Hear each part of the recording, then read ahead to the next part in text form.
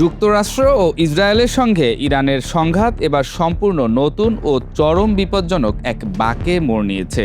চলমান যুদ্ধে এখন পর্যন্ত মূলত দূরপাল্লার ক্ষেপণাস্ত্র এবং পাল্টাপাল্টি বিমান হামলার মধ্যেই সীমাবদ্ধ ছিল, কিন্তু যুদ্ধের ৩৫তম দিনে দক্ষিণ ইরানে মার্কিন বিমান বাহিনীর একটি F-15 যুদ্ধবিমান ভূপাতিত হওয়ার পর সংঘাতের বারুদ প্রথমবার সরাসরি শত্রু ভূখণ্ডের স্থলভাগে আছড়ে পড়েছে।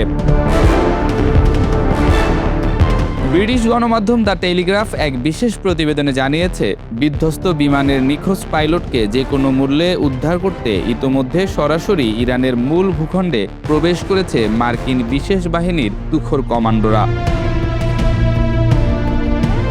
ঘটনার সূত্রপাত শুক্রবার ভোরের দিকে মার্কিন প্রশাসন পুরো আকাশ জুড়ে তাদের শতভাগ আধিপত্য রয়েছে বলে দাবি করে আসলেও ইরানের শক্তিশালী বিমান প্রতিরক্ষা ব্যবস্থা হঠাৎ বড় আঘাত এনে দুটি শক্তিশালী মার্কিন যুদ্ধবিমানকে মাটিতে নামিয়ে আনে। F-15 মডেলের এই যুদ্ধবিমানে সাধারণত দুজন ক্রু থাকেন। বিমানটি ভূপাতিত হওয়ার পরপরই পেন্টাগনের নির্দেশে অত্যন্ত গোপনীয় ও উচ্চ ঝুঁকিপূর্ণ এক combat search and rescue operation শুরু হয়। বিমান থেকে প্যারাশুটে নেমে আসা প্রথম ক্রু বা পাইলটকে মার্কিন হেলিকপ্টার টিম নাটকীয়ভাবে অক্ষত অবস্থায় তুলে নিয়ে আসতে সক্ষম হলেও বিমানের দ্বিতীয় ক্রু অর্থাৎ ওয়েপেন সিস্টেমস অফিসার বা অস্ত্র ব্যবস্থা কর্মকর্তা গভীর ও দুর্গম পাহাড়ি এলাকায় আটকা পড়েন। পেন্টাগনের সূত্র এবং টেলিগ্রাফের খবর অনুযায়ী মার্কিন স্পেশাল ফোর্সের উদ্ধারকারী দল যখন রাতের আধারে ইরানে প্রবেশ করে নিখোঁজ সেনাকে খোঁজার চেষ্টা চালাচ্ছিল, তখন তারা ইরানের বর্ডার পুলিশ ও স্থানীয় সশস্ত্র মিলিশিয়াদের প্রবল বাধার মুখে পড়ে। চারপাশ থেকে হালকা অস্ত্র ও ভারী মেশিনগান দিয়ে হেলিকপ্টার এবং স্থল টিমকে লক্ষ্য করে গুলি চালানো হয়। গুলিতে মার্কিন ব্ল্যাক হক হেলিকপ্টারের লেজে আগুন লেগে যায় এবং ধোঁয়া ছড়াতে ছড়াতে সেটি কোনো মতে ইরাক সীমান্তে গিয়ে জরুরি অবতরণ করে। আমেরিকা যেখানে নিজেদের সেনাকে যে কোনো মূল্যে শত্রু সীমানা থেকে অক্ষত ফিরিয়ে আনতে মরিয়া, ইরান সেখানে এই ঘটনাকে দেখছে যুদ্ধজয়ের এক বিশাল রাজনৈতিক ও মনস্তাত্ত্বিক অস্ত্র হিসেবে। মার্কিন ওই পাইলটকে যুদ্ধবন্দী করতে পারলে ওয়াশিংটনের নৈতিক মনোবল ভেঙে দেয়া সম্ভব। এই উদ্দেশ্যে তেহরান ওই সেনাকে জীবিত বা মৃত ধরে দিতে $60,000 নগদ পুরস্কার ঘোষণা করেছে। পুরস্কারের আশায় সাধারণ জনগণ ও স্থানীয় মিলিশিয়ারাও এখন পাহাড়ি অঞ্চলের প্রতিটি ভাঁজে লাঠিসোঁটা ও অস্ত্র নিয়ে চিরুনি তল্লাশি চালাচ্ছে। সামরিক বিশেষজ্ঞদের মতে এই ঘটনা চলমান যুদ্ধকে এক অন্ধগলিতে ফেলে দিয়েছে।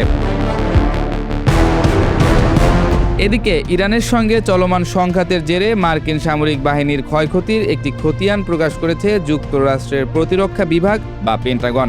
আনুষ্ঠানিকভাবে পেন্টাগন স্বীকার করেছে, 1 মাসেরও বেশি সময় ধরে চলা এই চরম সংঘাতের কারণে এ পর্যন্ত অন্তত 13 জন মার্কিন সেনার প্রাণহানি ঘটেছে এবং আহত হয়েছেন আরও 365 জন সদস্য। কাতার ভিত্তিক সংবাদ মাধ্যম আল জাজিরা তাদের এক প্রতিবেদনে এই তথ্য জানায়।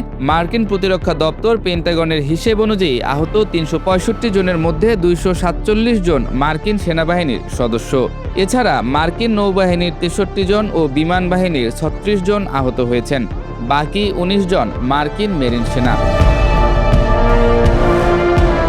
এদিকে নিহত 13 জনের মধ্যে 7 জন শত্রুপক্ষের সরাসরি হামলায় প্রাণ হারিয়েছেন।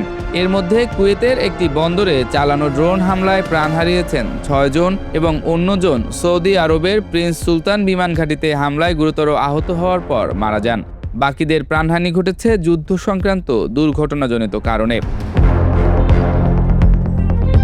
তবে পেন্টাগনের এই দাবিকে স্রেফ ধামাচাপা দেওয়ার অপচেষ্টা বলে উড়িয়ে দিয়েছে ইরান।